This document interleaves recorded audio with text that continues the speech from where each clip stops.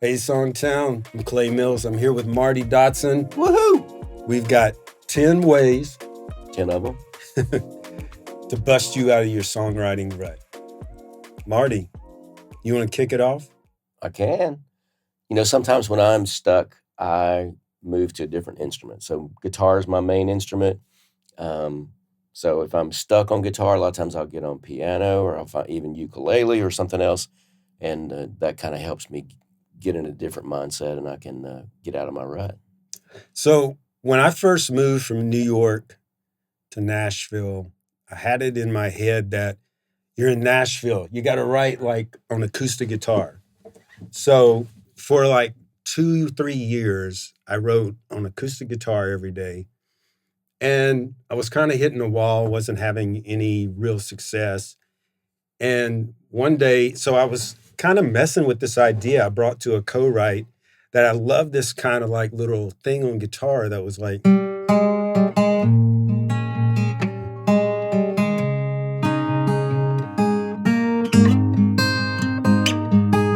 we just had this little melody going on, and I kept feeling it kind of sounded like a verse. So during the write, we finished a verse and we kind of got stuck there. We went to lunch, and when we came back, I don't know why, but I just I'm not the greatest piano player, but I switched to piano. So I was able to figure out how to go from this verse of what do you do when love comes along? Dun, dun, dun, dun. A chance to move on with no guarantees, no safety net. You trust what you feel. You take that first step. So when I switched to piano, it just came to me like, just close your eyes. Reach for the moment before it slips by. Here is your second chance. Take it and fly. Now I'm back to the guitar groove. So I don't think that song ever would have been finished on the level where it became my first major artist cut with Trisha Yearwood. I don't think that would have happened if there was not a piano there that day in the writing room. It's like, well, we can't figure this out. Let's just try piano. Yeah. And so that's a real world example. And then I kind of got that idea from Tommy Lee James, who I used to write a lot with. And the whole write, he was switching back and forth between guitar, piano. And it was, at first it was a little like, it was kind of giving me schizophrenia. But then after a while, I figured out what he was doing, because if you're a sound person like I am, it just takes you in a different direction. And sometimes not knowing exactly if it's an instrument you're not that familiar with, Mm-hmm. I think you trust your ear a little more. Yeah. And rather than just putting your hands on guitar where you always play, you're forced to kind of use your ear. Yeah, that's great. What's one of your techniques for getting out of a rut? For me, too, I think like even this song is in different tuning. It's Dadgad. So instead of tuning my guitar the regular tuning, I have it D-A-D-G-A-D. And it lets me do these like...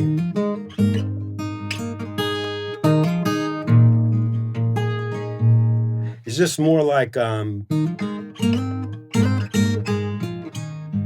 things I couldn't do if I was in, regular tuning. Yeah. And so once again, not knowing the tuning that well when I started, it took my ear somewhere different. And I was like putting my hands, making mistakes and going, oh, but that mistake's cool. Sounded good, yeah. Yeah, so I think it's just putting yourself in a little uncomfortable territory. Yeah, that's great. One for me is writing a different genre. So if for 25 years now, I've been primarily writing country music, but I found that if I write something for musical theater, or if I write bluegrass or pop, or some other genre, then I come back to my country writing in a fresh place, and often I discover things that maybe I've not done in country that I can bring over into that world, you know. So I think just for me, being able to every now and then just get out of my main genre and write some other genre is very freeing. Yeah. And something that I think I do often that goes along with that is I'm always listening to new music and learning new music because I just kind of feel like the music I grew up on is in my DNA. Mhm. I mean, it's there. I don't need to listen to that music. Sometimes I enjoy going back and listening to it, but I don't need to do that to grow myself as a musician. It's already in there. So I like to listen to new music and physically play guitar or sing or play piano. You know, the other day I was learning Peg by Steely Dan on the piano, and it's got some cool voicings that I never used before. And what that did is all of a sudden I started going, well, what if I take these voicings, change around the chords, and all of a sudden I had a completely different song that I'm writing just based on learning those chords. So I think Mhm. that's an awesome way to, just learning new music and staying fresh and excited about what you're doing. Yeah, absolutely. Something I did recently, I've been trying to build up a sync catalog and uh, not making the progress I wanted as fast as I wanted. And I realized I have a lot to learn in that world. And so I took a class. I met once a week for 5 months, and it was a big commitment, but that's been one of the best things I've done in years because I learned so much. I was challenged. You know, I had somebody telling me things that I thought were great were not so great, you know, and kind of helped me reset where the bar is. So I'm a big believer in taking a class or doing something to learn something and grow yourself as a writer. So the first time I got in the room to write with Rory Burke, he was a few minutes late and he came in, he was apologizing. He was like, "Oh, I was just at a music class." And I was like, "Oh, you're teaching a class?" He's like, "No, I'm taking a class." And I was like, "You've had hits in like 4 decades, major, major hits, everybody from Elvis to whoever that he's had recordings with, and you're taking a music class." I mean, it just kind of blew me away. And it taught me, well, if he could have all that success and still be learning, then it just taught me a lesson. I think that's part of the reason you and I started Songtown is that we believe there's so much to learn about Mhm. songwriting. And we've had years in the writing room and we bring that to the classes we teach. I think, that's it's just carrying on that tradition. I think you've got to be inspired to write, but you also have to have the craft and the technical skill so that when you get inspired, you can write that song the best you can write it. If you're Yeah. lazy and your skills are not sharp, when you get that inspiration, you may or may not write a good song. Probably chances are you're not if you're not technically prepared. Yeah. You can get by on brief bouts of inspiration, but try repeating that over and over if you get lucky one time. Yeah. Can't do that every day necessarily. Yeah. What's your next one? One thing I'm always a believer in is journaling. There's a great book, y'all, called The Artist's Way. And when I first came to Nashville from New York years ago, there was this book that everybody was into. And it was just, it seemed a little like frou-frou for me, journaling. But I gave it a try. And what I found it did is it freed up that creative flow. So, when you sit down and you've got this block, it just really helps because you're constantly creating. You're not worried. Rory Burke, who I just mentioned before, told me that writer's block is really you set the bar too high. And when you're journaling, you're being creative, but there's no bar. You're not going, oh, well, this doesn't sound good. You're just opening up that flow. And so Right. then when you sit down to write that day, you've already got that channel open. So for me, that it was just a way to help me be more creative. And one of the exercises we've done at events is have people write down 5 things they would really like to say to somebody in their life. And what that does is it gives them fuel to write things they care about, because all of a sudden they're writing a song that's something that they really want to say. So journaling can be a part of that. And it's focused on who they want to say it to. Yeah. Because I find a lot of times in songs, the lyrics get confusing because it's like I'm talking to you, but he's over here, and then they, and then the general you, and my head's swimming. So when you have that thoughts you want to say to somebody and you know who you want to say it to, really, I think that helps a lot of people stay focused on their songs. Absolutely. Number 7 tip is to write to a new groove or a loop. That's one of the things I do a lot of times if I'm stuck, because I tend to play, there's just a couple of grooves that I play really well on guitar. And so I tend to do that all the time, which makes a lot of my songs sound the same. So if I find a drum loop that's cool, I can go, okay, that's something I haven't done, and I can learn to play along with it. And then I can write something with that groove. So I'm a big fan of finding a new groove or drum loop that you can write to.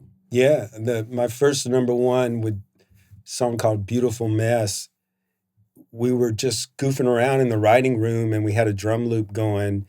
And my buddy Shane, we were all really into the Red Hot Chili Peppers. So he just started drum loops going. He's like, going out of my mind these days. And we just started laughing. And then we were like, wait a minute, that could be cool if we put some chords behind it, and a cool. And so it ended up being our first number one that we wrote. And it was just goofing around and trying a new groove that normally wouldn't have been thought of as country music. But by the time it was produced and had a really great band, Diamond Rio, I mean, it was just a killer record. Yeah. Number 8, what you got for us? Man, time limits. What do you mean by that? Get you an hourglass and go, I'm going to turn this sucker over, and in 60 minutes, I'm going to have a completed song come hell or high water. Yeah. And what that does, we were talking about the writer's block where you set the bar too high. Well, when you only have 60 minutes to have a completed song, then you're not worried about where the bar is. You're just worried about finishing. Yeah. And it just opens up that creative channel. And I think you'll surprise yourself, guys, if you do that. It's quite an exercise. I mean, a lot of famous songs were written very quickly. I'm not saying fast matters, but it's sometimes when you don't have time to second guess yourself, then it's great to just set that timer and go at it. Yeah, I think it keeps your editor self out of the room in a way. Yes, because you can go back and rewrite, right? Yeah. Exactly. But you just don't have time to deal with that guy. When you're on a time limit. So that's a great exercise, and a real world application of that is.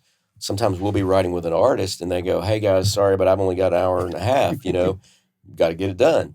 Yeah. And so that's a great exercise. My last one, number 9, would be writing a lyric to a hit melody. So sometimes when I'm stuck melodically, I'll go, you know what, I'm just going to write a lyric that I want to write, but to a hit melody. And what I found that does is it makes my lyrics very musical. But it also gets me out of ruts because I have to do different phrasing to fit that melody than what I would normally do, and it's just kind of a proven formula. I think in your classes, your master classes, don't you do the opposite of that? Yeah. I give everybody a famous lyric and ask them to write a melody to it. And it's amazing to see how many different melodies come about, how many different grooves, chord progressions, and everybody goes off and works separately on it. And it's kind of eye-opening to see how many things come about and how many positive things come about because they're not worried about writing the lyric. All they're focused on is writing a melody, and it's a solid lyric that rhythmically works well. And so it kind of takes the pressure off, and then they can just write a melody. We should put we do these classes, master classes, every January and February. We should put a link in the description. You can check those out. Our students have gone on to do some killer things in songwriting and artists as well. So I think that'll help you guys if you want to learn. Tip number 10, what you got? Tip number 10, co-writing. This is probably people go, like the obvious thing, but for me, I learned more about writing songs from co-writing, because I would sit there and beat a song to death, like just I get stuck and I'm so focused on this problem. And when you're co-writing, you can't see what it needs, and your co-writer goes, well, what about this? And you're like, oh yeah, that's obvious, and so you can bounce things back and forth. And so you get more songs written that way. And say what you want about co-writing. I would say the majority of the biggest songs in the world throughout history have been co-written. Vast majority. Not all of them, but most of them have been co-written, and there's a reason for that. Yeah. Yep. Most of us just don't have world-class skills in every area. So co-writing gives us, I can write with somebody that's a better guitar player, better melody person, and that's going to elevate my songs, Yeah. So plus, for me, co-writing is just a lot more fun. Yeah, when I started writing with Tia Sillers, I was an okay lyricist, but just watching her process of how she came up with lyrics, it taught me a lot. And I've told her this, that I don't think I ever would have written my first number one with Darius Rucker, where I needed to come up with some great lyrics. I don't think I would have done that if I hadn't have had the experience of being in the writing room with her so many times, just to see what was important when it came to writing lyrics, and just how to make a lyric flow and speak a lyric. So she was great. Did you give her part of your royalties for that song? No, she didn't have any ideas on the song, but Well, I mean, it would have been nice. I'm just saying. I saw Peter Frampton at the gym the other day, and I was like, I introduced myself. I said, you taught me how to write great melodies, listening to those records. He goes, here's my card with my address. Send me your royalty checks. But yeah. So guys, like, comment, subscribe down below if you like what you're hearing. We'll be back next week with more. Cheers. Hey, thanks for watching. If you appreciate the content, hit the subscribe button and help us grow. Shout out to Sweetwater Music. It's where Marty and I get all our musical gear. Great people. We'll see you guys around town. Right on.